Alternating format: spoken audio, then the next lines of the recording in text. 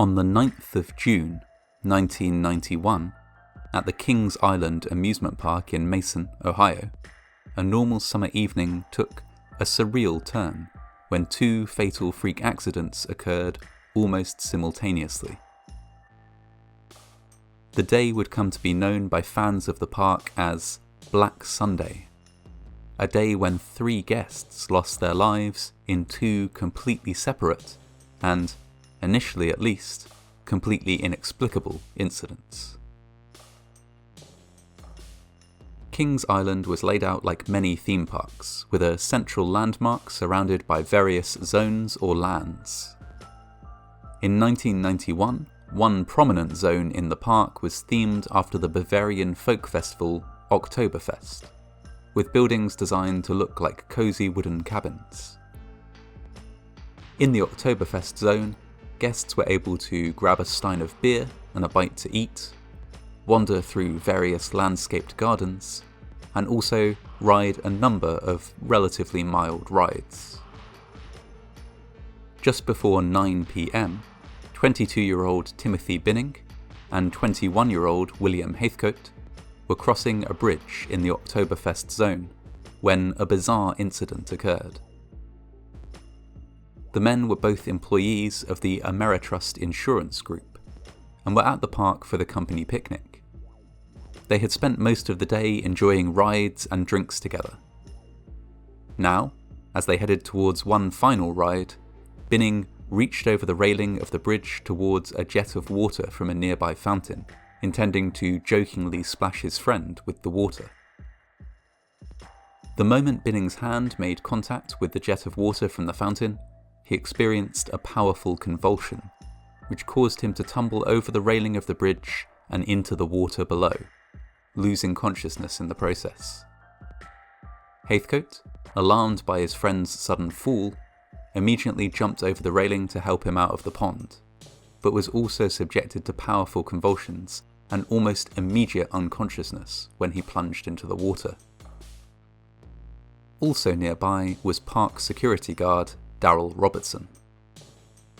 At just 20 years old, Robertson was a model employee. Indeed, he had recently received an award from the park for his dedication to guest service. When he saw 2 guests apparently in difficulty in the shallow pond, he didn't hesitate, but immediately jumped in to assist them. Robertson too convulsed and lost consciousness upon making contact with the water. In the end, it was a nearby guest who was able to assist the 3 men. Wary of touching the water, this guest used a garbage can lid to reach for the unconscious men and drag them from the pond with minimal actual contact. A passing nurse then noticed what was happening and immediately began to assist, performing and directing others to perform CPR on the 3 men. The time was around 9:45 p.m. Not far away from where the distressing incident at the Oktoberfest pond was taking place, 32-year-old Candy Taylor was boarding the Flight Commander ride. This ride consisted of multiple 2-person pods on the end of articulated arms. These would rise up along a central 7-story tall tower and then spin for several minutes, much like a carousel, albeit far off the ground. The thrills were further supplemented by a joystick in each ride vehicle, which allowed riders to control the articulation of their individual pod. Riders could tilt their pod, or even make it perform a full barrel roll if they had the stomach for it. Taylor was at the park with friends from a truck driving school she attended. Her 2 companions had already ridden the Flight Commander without incident. Taylor hadn't joined them as she was still finishing a drink at the time. When Taylor did board the ride then, she was alone, and was given an entire 2-person pod to herself. The pods rose into the air, and the ride started to spin. Mere moments later, Taylor's pod flipped upside down, and she tumbled from it down to the ground, 21 meters, or 70 feet, below. Taylor's friends witnessed her fall and quickly ran towards the grassy area where she had landed. They found her unconscious and gravely injured, but still just about breathing. Emergency services, meanwhile, had arrived at the Oktoberfest zone of the park, where they were busy preparing the 3 men for transport to hospital by ambulance and helicopter. They were still working to complete this operation when news of the flight commander incident reached them. No sooner had one helicopter been dispatched, another was brought in to land in order to transport Taylor to hospital too. Despite a heroic effort on the part of ambulance personnel and passers-by, there would be only one survivor from either incident: Timothy Binning. He went on to make a full recovery, but unfortunately, William Heathcote, Darrell Robertson, and Candy Taylor were all declared dead on arrival at hospital. Park officials were initially baffled by both incidents. Employees had been working in the pond where Heathcote and Robertson had died earlier that same day. How could the water have become so deadly in such a short space of time? It should have been impossible to slip free from the restraints of the flight commander. How had Taylor fallen to her death? 2 separate investigations revealed the answers to these questions. The water in the pond where Heathcote and Robertson had died had, it was discovered, become electrified by a faulty aerator pump. As soon as any of the men made contact with the water, electricity coursed through their bodies.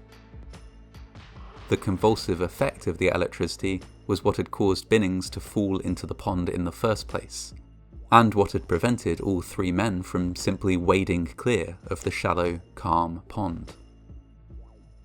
Heathcote had passed away after receiving a sustained electric shock, while Robertson had fallen unconscious and subsequently drowned. All of this might have been prevented had the park installed a simple circuit breaker on the electrical equipment in the pond. To do so would have cost almost nothing and taken just a few minutes, and yet it was something that the park had never implemented. Circuit breakers were missing not just on equipment in the Oktoberfest pond, but on several other pumps and aerators in water features elsewhere in the park. The park received a $23,500 fine. Park officials also ensured that circuit breakers, which had after all been required by law for almost 2 decades by that point, were fitted throughout the park. Railings on many bridges and walkways adjacent to water features were also heightened. With regards to the flight commander, it was discovered that Taylor, who had enjoyed several drinks over the course of her day at the park, had passed out once the ride began moving. With her body completely limp, she had slumped across the 2 seats of her pod, something which shouldn't have been possible. Lone riders were always supposed to be paired with a stranger on board this ride. For reasons unknown, however, the ride operators on this particular night did not insist that Taylor be paired with someone else. Alone as she was, then, she had been able to slump sideways out of her harness. Her knee then made contact with the joystick, causing her pod to perform a barrel roll and ejecting her from the ride. The ride manufacturer, Intamin, was found to be liable for this incident, as the restraints were clearly inadequate. Although Taylor had been intoxicated at the time of the accident, the restraints should have been designed to hold her in place regardless. It is not uncommon for a rider to faint while on board a thrill ride, and as such, rides must be fitted with restraints that can hold riders in place, even if they go limp or pass out. Taylor's family sued Intamin, and settled out of court for an unknown sum. They also raised a civil suit against the park, who, although not responsible for the deficiencies in the ride, had sold Taylor the alcohol that contributed to her death. Again, this was settled out of court. The flight commander, after many modifications, was reopened, but never regained the same popularity, and was eventually sold to Flamingoland in the UK. Shortly after Taylor's death, the park stopped selling alcohol to guests, partly to prevent further incidents and partly to present a more welcoming image to families. The horrifying coincidence of these two events came to be known by fans of the park as Black Sunday. It was extremely unfortunate that two incidents should occur so close together, and the combined effect was extremely shocking for all those who worked at the park.